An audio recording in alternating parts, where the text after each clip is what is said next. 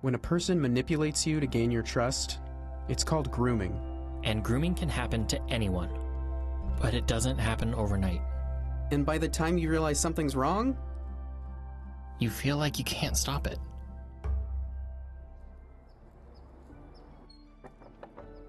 Senior Pastor Paul was the head guy at my church and my scout leader. Everyone loved him. Because of him, I wanted to be a church leader, so I talked to him whenever I could. When he picked me to be his assistant at church, my parents were so proud, and I could see my whole future ahead of me. Thanks for the help again, Lucas. I'd be lost without you. He was a great mentor. We talked about guy stuff and growing up and life, and everything made sense. He made me feel smart, and when I felt lonely, he could always tell. He was my friend. Scouts and church were my whole world. I wanted to be just like Pastor Paul. So if his long hugs made me uncomfortable, or his touches confused me, I'd tell myself I was wrong for feeling that way, because I trusted him. He was supposed to be right. For me, the attention I got from my boss messed with my head, you know? I thought I was supposed to like it. I was stoked to have a job and to be making money. But when my boss AJ was around, things got confusing. She'd get close and talk about how I was her best worker and favorite guy. At first, the attention was nice, and an older woman maybe being into me? Every guy's dream, right? She'd invite me to hang out in her office and gave me beer.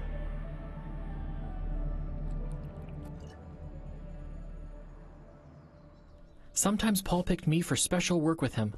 I've got some more work to do in my office. Do you want to join me, Lucas?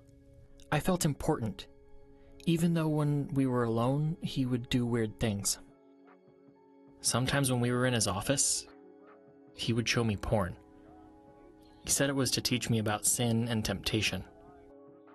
When he touched me, he said it was a way for people to show love, but it made me feel sick. AJ was my first boss. Fresh Pack was my first job. And money was freedom, you know? And I wanted to keep my job. So I played along. Until this one night, when I closed. Hey, AJ, nobody else is scheduled for the night shift.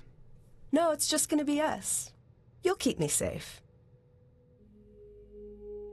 My shift was almost over when it happened. I wish I could say I wasn't freaked out, but I was. It was one of those moments where your mind just goes numb, you know? And I tried to get a handle on what was happening, but all that came into my head was, I have to go. With Paul, it got to a point where I couldn't ignore my feelings anymore. You remind me a lot of myself as a boy, Lucas. Here, I think you'll enjoy this. I kept telling myself, he's my friend. He's supposed to be looking out for me. But what if that's not true? And nobody would believe me anyway. In that moment, I just wanted out. Stop!